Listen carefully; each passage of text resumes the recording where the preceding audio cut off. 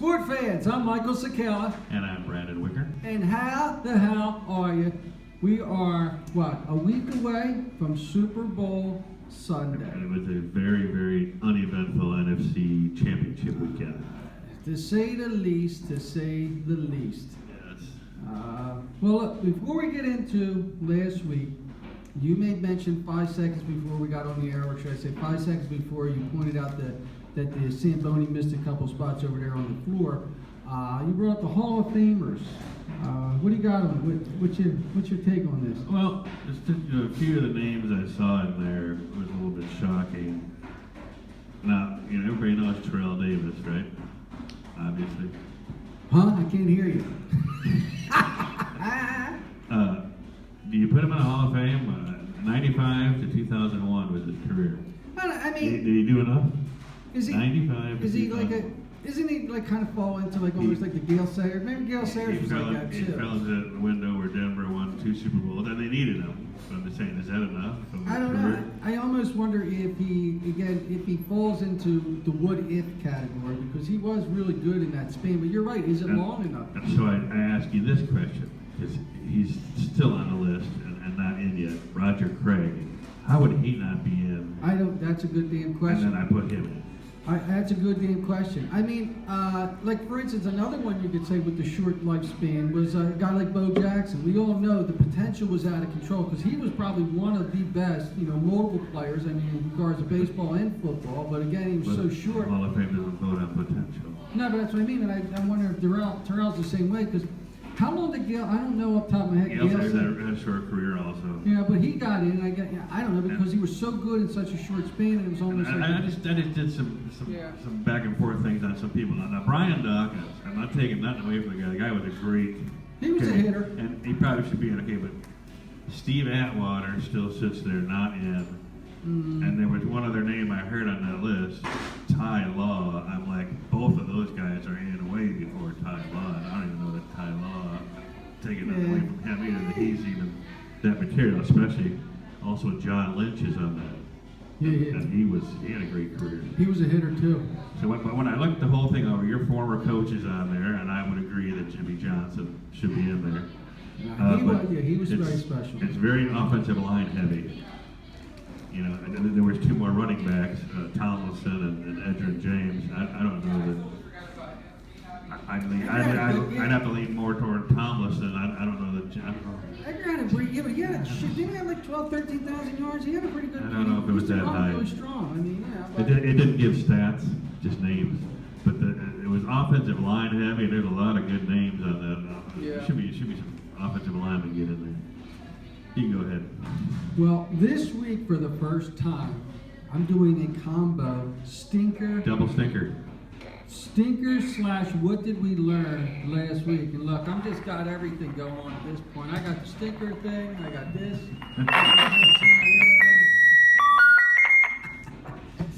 Basically, what I'm thinking. Well, as a fan watching the games, neither one of them was fun to watch. I mean, unless you're in for offensive explosion. I mean, it went from the championship round to me the no-show round. I lean more towards a no-show, and we'll get into that after. It was the second game with Pittsburgh. But And just to say something about that, remember the week prior to that, we were commenting that I was upset with Andy Reid for his game plan against Pittsburgh.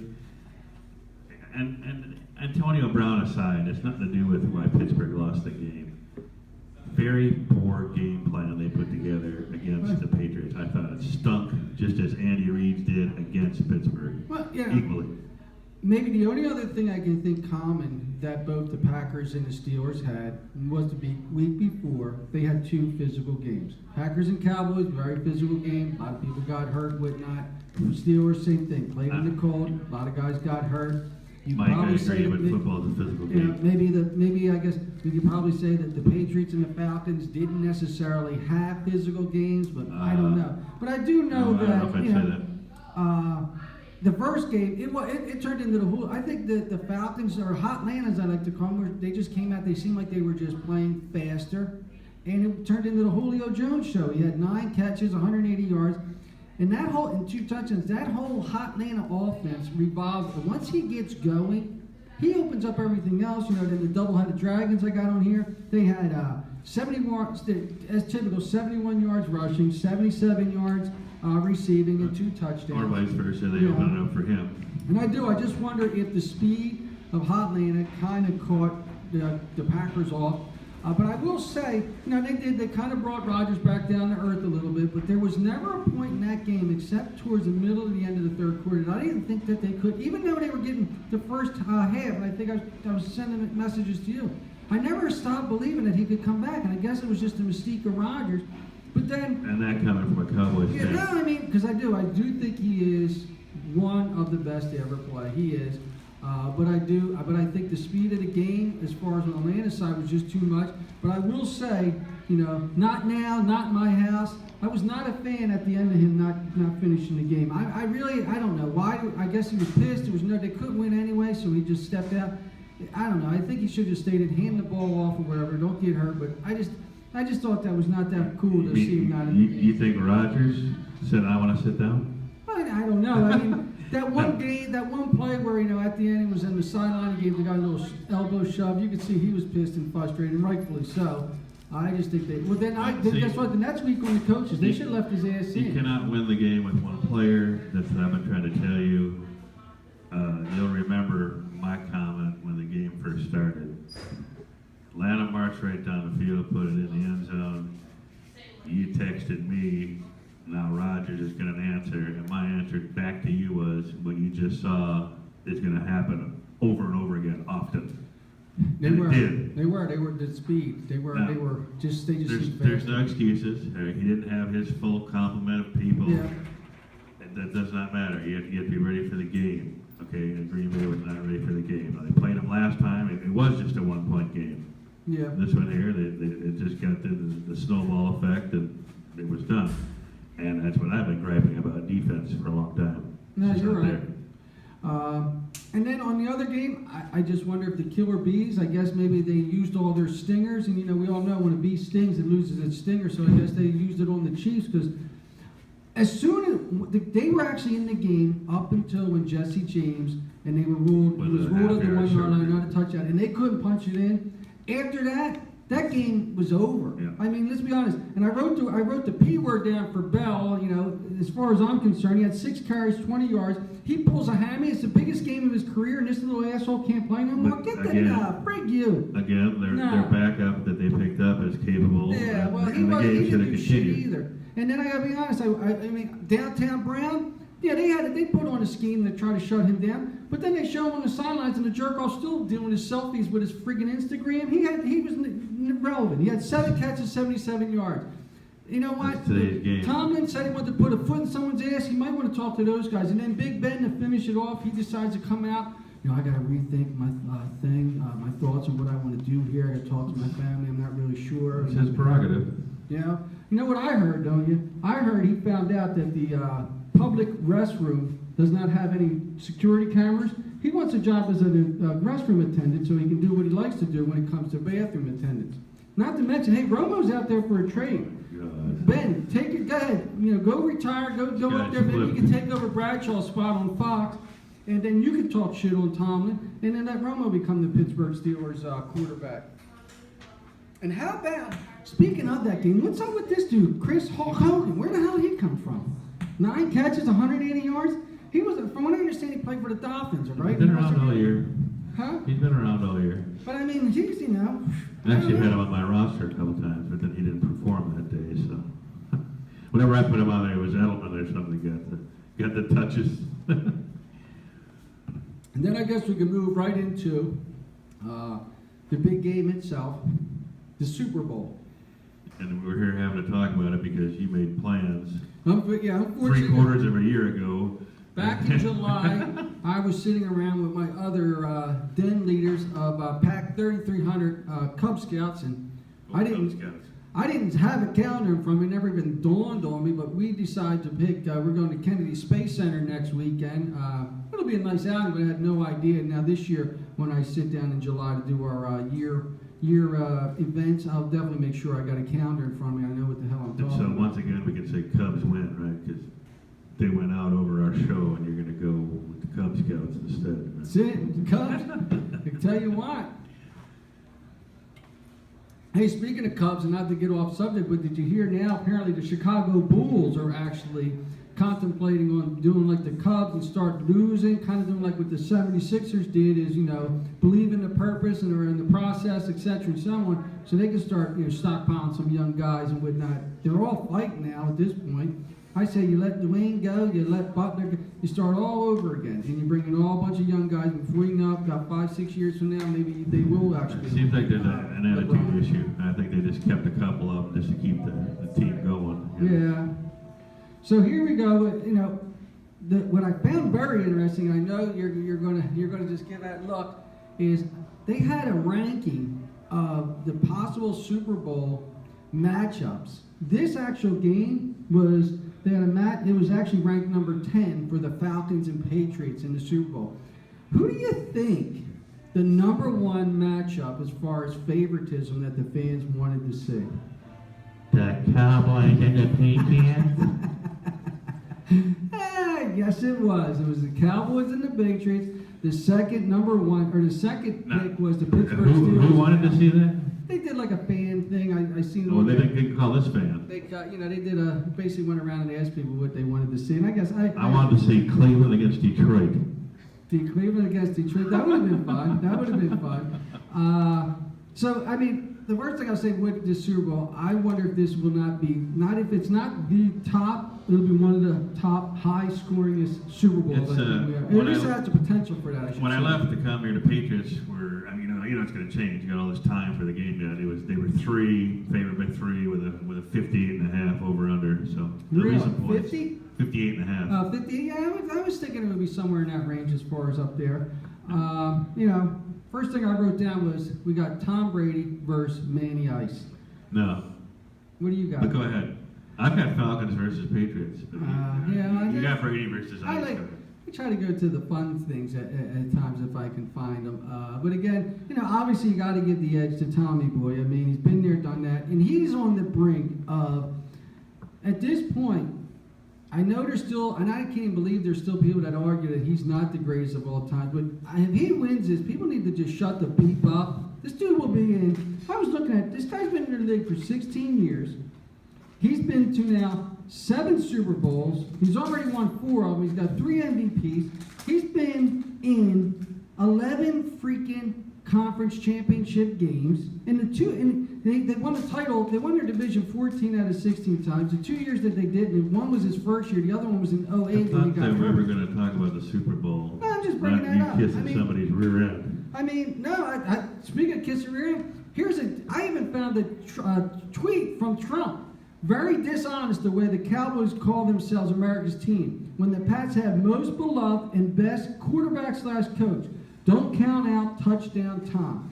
I don't know if this has anything to do with endorsements, but even Trump himself is tweeting this out. By the way, he tweeted this out at 3:30 in the morning, just so anybody was wondering, because he didn't have nothing else to do. And a lot of that you're talking about, it's not that, no, there are some detractors, but it's not that he's a bad quarterback. And I don't have a problem with saying he's a good quarterback. It's when you try to throw all that greatest ever crap on me. I don't go on that. Well, I mean, he's a product of a good system. You got to go along with that. I'd like to see where he'd have been if he was drafted by the Cleveland Browns. I know we all say that, but he still. And you can say that about a lot of stars. But he still, he always shows where they up. landed in the draft. That's what team took him. I look at the fact that he always shows up in the big games. But I'll tell you what, again. So, but to go back to your opening statement or your opening salvo, the opening play of the game, he gets racked and hauled off on a stretcher, and Garoppolo comes in. You just said it was Brady versus Ice. Now what?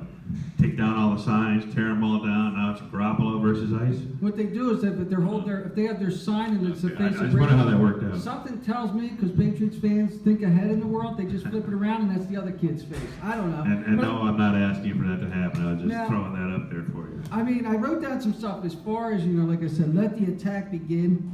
I was looking at the Patriots offense. It's ranked 4th in passing. They average 252 yards. Hotland is 3rd. They average 275. Where'd you get your numbers? What's that? Where'd you get your numbers? Off the internet. They don't lie. Well, I got mine off NFL Network. You're a little short. I got Atlanta at number 2. Oh, no. New Orleans was number 1. This is I got this off of for the postseason so far. That's probably Oh, what it is. I'm talking about the whole season. And then I got points. Points is 33.8, and I got the Patriots total is 27.6. You know, that was, Defense-wise, it changes a little bit. that was season-wise. Gee, The see- defense is a big gap. Defense is a little bit different. Now, obviously, the Patriots have a much better defense. They rank like 14th in pass, 3rd in the rush, and 8th overall, whereas Atlanta is 26, Atlanta's- 16, and 23rd overall. Atlanta's a little bit skewed. They started off real poor. Yeah. First 10 games of the season, their defense is probably the worst in the league. And they've picked up the, like I said, they remind you of the Packers in 2010. They picked up the pace going down the stretch. You have to have luck.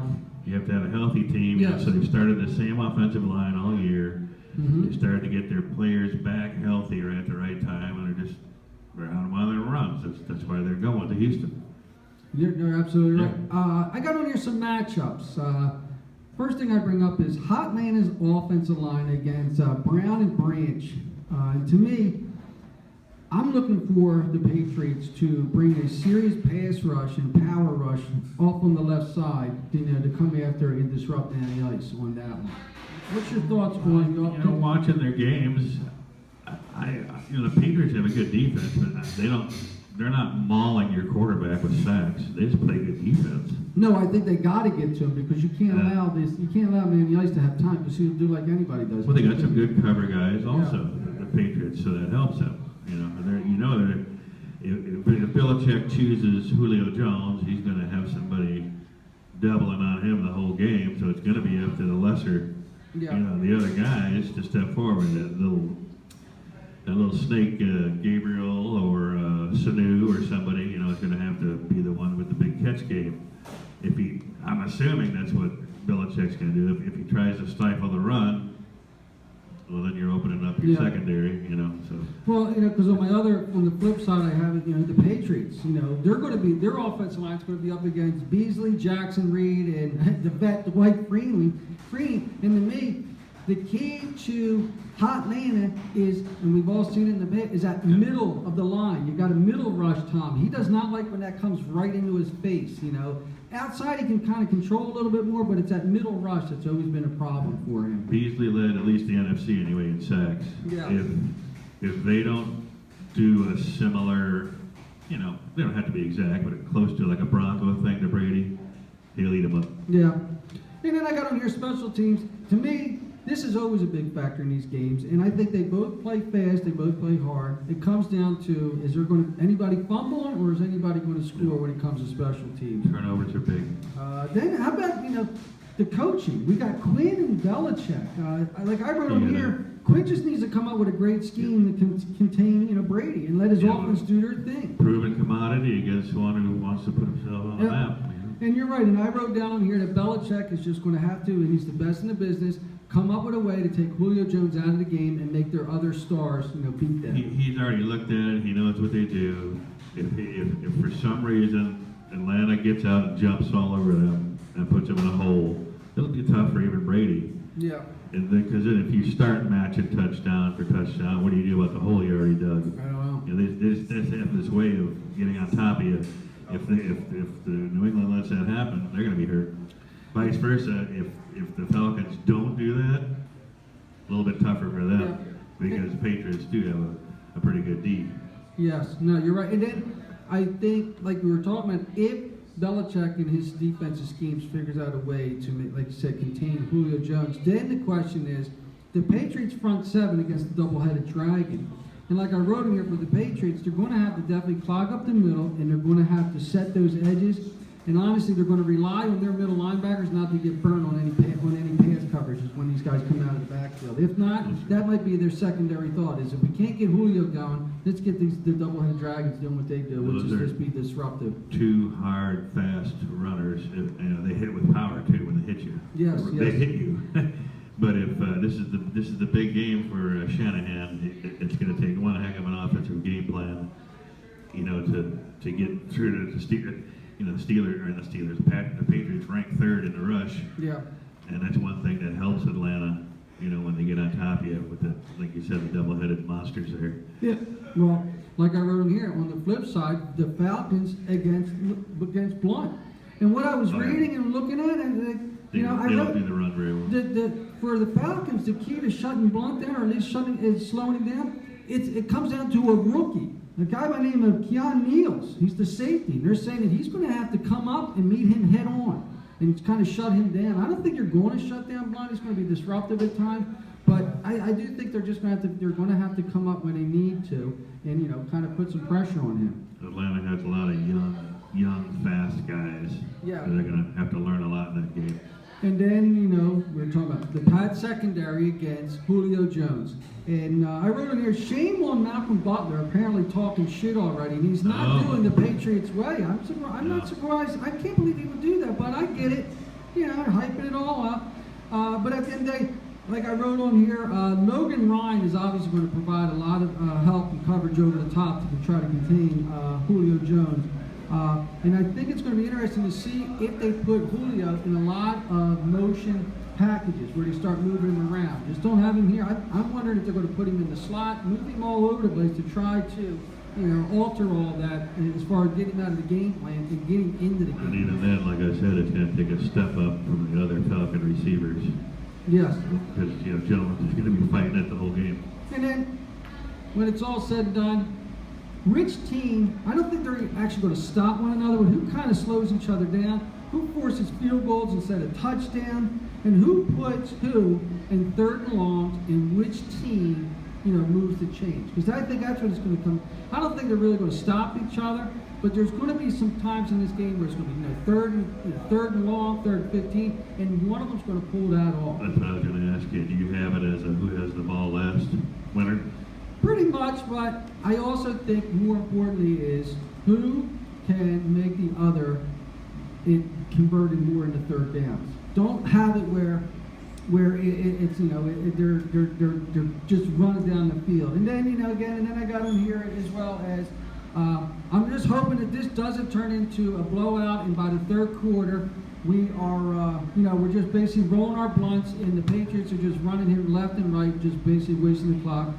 But I can't wait. I mean, you got Brady, Manny Ice, you got Hot Atlanta, you got the Patriots. I think it's going to be a hell of a game. Who do you got on this? Are you picking now, or you want to wait You till know next what week I'm going and to just do? put it on there? You're not going to be here. I'm going with the offensive juggernaut Atlanta to go ahead and run their season through. And part of the reason for that is because I already know who you're picking. That's just a given. I know who you're taking. But I'm doing Atlanta just for something different. Nice. Well, I am going for, like I said, one of the, if not the highest scoring games. I got a 48-45 victory of a Super Bowl, the first Super. It's going to live up to the word Super, and I do. I got the Patriots winning this game. Pick the Patriots? I can't believe it. I mean, I had to. Now, I will say this. They're one of my favorite sport fans out there, Joe Smith. Even though he's got a common name as Joe Smith, he is the guru. He's been, we've been going back and forth on Facebook. This guy's been picking stuff nonstop. He's been pretty much on fire. I'm dying to see who he likes for the Super Bowl. How about some silly stuff? Coin flip, heads or tails? Oh, are you doing that thing? No, this is all our Facebook stuff. But heads or tails? What is it? It's heads or tails they bet on, right? I'm going with heads. I'm assuming, what are you taking? I'll Tails? take tails. Figures I lost that coin flip. Who scores first? Atlanta. Atlanta? You know what I would say? What is it? Is it a field goal or a touchdown? It's 3. 3? I could probably agree with that. Who is winning at half? Atlanta by 3. See, I'm going to take I hate that. I'm going to take the Patriots by 1. Going into the fourth quarter, who's winning the game? The Patriots, Matty Ice does a comeback, and the Patriots lose to a Boston College graduate. I got it where the game is tight. It's actually tied. It's actually tied 28-28, and we have an unbelievable fourth quarter, and they just rattle off. Because you know my score at the end, it's 48-45, so we got some shitload of scoring going on in the fourth quarter. But everybody, make sure you hit us up. What is it, on Facebook? It's at Two Guys Just Sports. You can tweet at us at Brandon38047137 or at Mike at Two Guys. Hit us up. I want to hear your picks. We got all next week. chances are, if you don't get a show, a live show in, I know for myself, I'll be putting some kind of written crap on there, because for all I know, I'll get cold feet and I'll change my pick around. I really don't know. You'll be sitting there in a cold tent and your camping site there changing all kinds of stuff. Yeah, this is it. Everybody enjoy yourself and hit us up on Facebook. Come on! Super Bowl.